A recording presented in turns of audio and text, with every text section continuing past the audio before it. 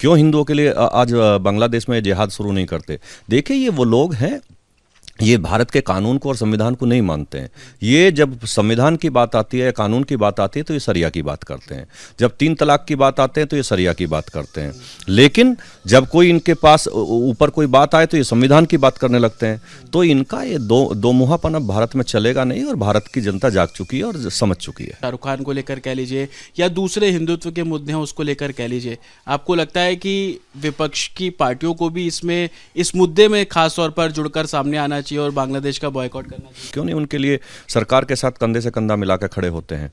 ये नहीं खड़े होंगे क्योंकि ये वोट बैंक की राजनीति करते हैं। उन्हें केवल एक वर्ग के प्रति लगाव रहता है, उन्हें हिंदुओं से कभी लगाव नहीं रहा। आपने देखा होगा देश में हमेशा से जिस तरीके का काम कांग्रेस और बाकी पार्टियों ने किया है वो आप अच्छे से देख रहे हैं, तो आज उनसे क्या आप उम्मीद कर सकते हैं? आपने वोट बैंक की राजनीति का जिक्र किया, आपको लगता है कि एसआईआर भी एक... देखिए, अखिलेश यादव जी को ये समझना चाहिए, इस तरीके के अपीजमेंट की राजनीति बहुत दिन नहीं चलेगी। जिस तरीके की वो करना चाहते हैं, जिस तरीके का एक वर्ग को वो खुश करना चाहते हैं, ये एक सतत प्रक्रिया है। ये चुनाव आयोग का काम है। वोटों का अगर देखिए, बहुत से लोग मरे हैं, क्या उनकी वोट नहीं कटनी चाहिए? जो शिफ्टेड हैं उनकी वोट कटी है, जो नहीं बननी चाहिए वो बन रही है। बीजेपी नेता संगीत सोम इस वक्त हमारे साथ मौजूद हैं। सर, एक तो रिपब्लिक पे आपका स्वागत है। दूसरा, जो स्टेटमेंट आपका इन दिनों सोशल मीडिया पे बहुत वायरल है शाहरुख खान को लेकर, गद्दार आपने शाहरुख खान को बोला, तुलना गद्दारों से की।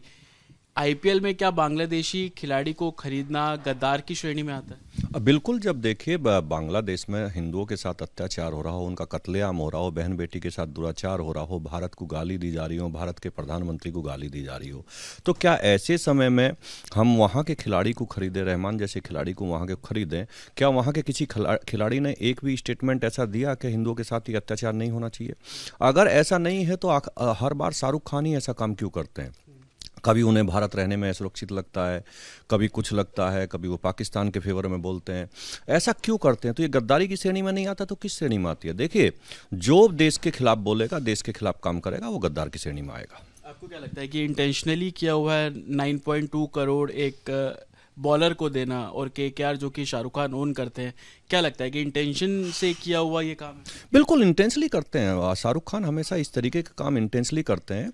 और मैं फिर बता देना चाहता हूँ, शाहरुख खान अगर बने हैं तो वो भारत की जनता ने बनाए, वो बांग्लादेश या पाकिस्तान की जनता ने नहीं बनाए। वो हमेशा पाकिस्तान के फेवर में बोलते हैं, पाकिस्तान के लोगों के फेवर में बोलते हैं, पाकिस्तान में दान देते हैं। तो क्यों करते हैं वो इस तरीके का काम? पिछले कुछ समय में आप उनके बयान निकाल के देख लीजिए, देश विरोधी कितने उनके बयान रहे हैं। और इस तरीके का ये तो प्योरली गद्दारी का काम इस टाइम उन्होंने किया है कि जब बेटियों के साथ बलात्कार हो रहा हो, घर हिंदुओं के घर जलाए जा रहे हो, और वहाँ बांग्लादेश के खिलाड़ी को उन्होंने खरीदा हो, तो ये तो गद्दारी का काम किया है। जो मौजूदा स्थिति है बांग्लादेश में, हम देखते हैं कि कल भी ऐसी तस्वीरें आई कि एक और हिंदू को टारगेट किया गया। क्या लगता है कि कुछ करना चाहिए सरकार को इन मुद्दों को लेकर? कि क्योंकि बांग्लादेश में तो हिंदू अल्पसंख्यक हैं एक तरीके से, उनकी सुरक्षा को लेकर आपको क्या लगता है कि क्या कुछ करना चाहिए? देखिए, सरकार कर भी रही है, ऐसा नहीं है सरकार नहीं कर रही है, सरकार कर रही है। और बांग्लादेश ही नहीं, पूरे दुनिया में हिंदू जहाँ भी दिक्कत में होता है, अल्पसंख्यक है हिंदू, बांग्लादेश में अल्पसंख्यक है। आप सोच के देखिए कि भारत में मुसलमान को कहते हैं अल्पसंख्यक है, लेकिन भारत में सबसे सुरक्षित मुसलमान है। और बांग्लादेश में जहाँ मुस्लिमों की आबादी ज़्यादा है, या पाकिस्तान की आज क्या स्थिति हो गई है आप लोग देखते हैं। जिस तरीके से पाकिस्तान में स्थिति हुई, आज उसी तरीके से बांग्लादेश में की जा रही है। तो क्यों नहीं शाहरुख खान जैसे लोग, ये जितने लोग हैं, क्यों नहीं वहाँ हिंदुओं के फेवर में कोई बयान देते? क्यों नहीं ये बोलते? क्यों नहीं वहाँ बात करते? उल्टा ये वहाँ के लोगों को प्रमोट करने का काम कर रहे हैं। वो लोग हमारी बहन बेटियों के साथ बलात्कार कर रहे हैं, वो बहन बेटियों के साथ अत्याचार कर रहे हैं, वो हिंदुओं का घर जला रहे हैं, और ये लोग उन्हें प्रमोट कर रहे हैं। देखिए, मैं फिर बता रहा हूँ, कर नहीं पाएंगे। रहमान जैसा खिलाड़ी भारत में नहीं आ पाएगा, एयरपोर्ट पार नहीं कर पाएगा, आप निश्चित समझ लेना। कथावाचक देवकीनंदन ठाकुर कह लीजिए या दूसरे जो कथावाचक हैं, वो भी चेतावनी दे रहे हैं शाहरुख खान को। उनका भी साफ कहना है कि अगर वो केकेआर में खेलेंगे, शाहरुख खान की टीम में खेलेंगे, तो उसके परिणाम अलग होंगे। तो चेतावनी कथावाचकों की तरफ से भी अब शाहरुख खान को।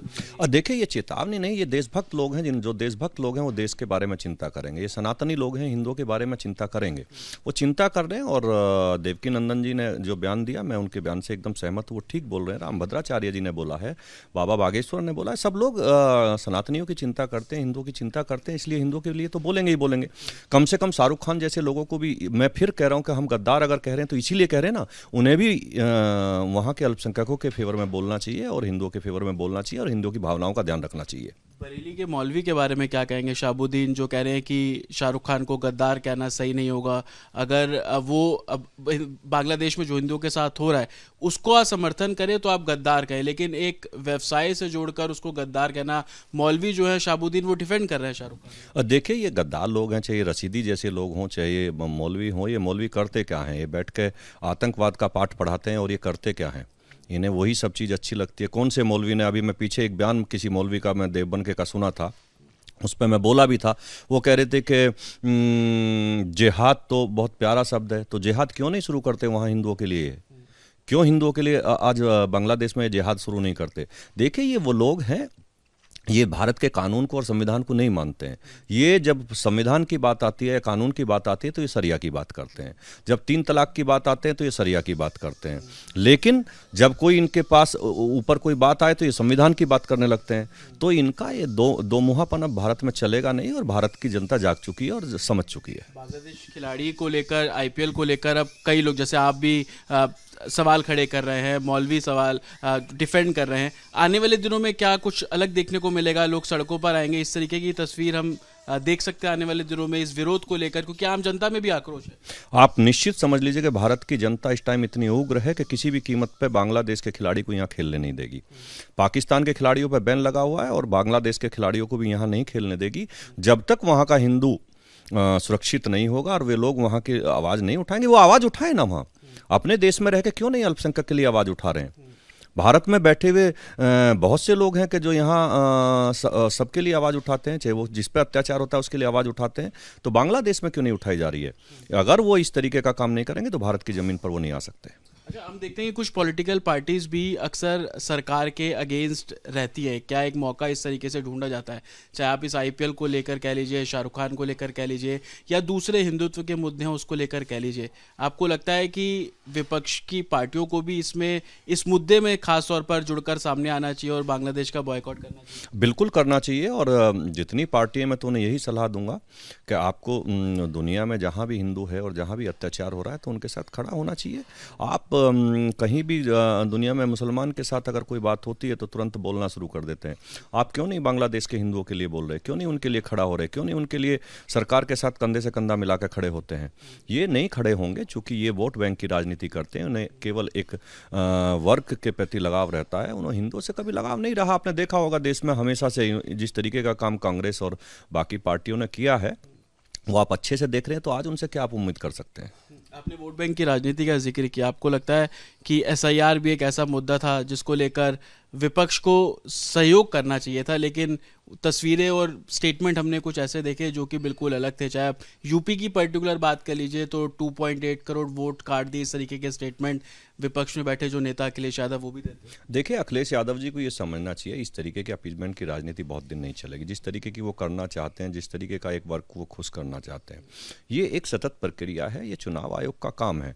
वोटों का अगर देखिए, बहुत से लोग मरे हैं, क्या उनकी वोट नहीं कटनी चाहिए? जो शिफ्टेड हैं उनकी वोट कटी है, जो नहीं बननी चाहिए वो बन रही हैं। ये बेफालतू की बात है और इन्हें पता है कि जिस तरीके से बिहार में हुआ है उसी तरीके से उत्तर प्रदेश में होने जा रहा है। एक तरफा भारतीय जनता पार्टी की सरकार बनेगी तो कोई ना कोई बहाना इन्हें पहले से ढूंढना है। पहले ईवीएम चिल्लाते थे, अब ईवीएम इन्हें ठीक लगने लगी तो अब ये वोट कटने की बात करने लगे। इससे कुछ नहीं होने वाला है। बहुत बहुत शुक्रिया सर रिपब्लिक से बात करने के लिए। जिस तरीके से बांग्लादेश में हिंदुओं के साथ अत्याचार हो रहा है, अगर बांग्लादेश का खिलाड़ी भारत आएगा तो जाहिर सी बात है उसको लेकर विरोध जता रहे हैं, और वही जो तल्खियां है वो संगीत सोम द्वारा लगातार की जा रही है।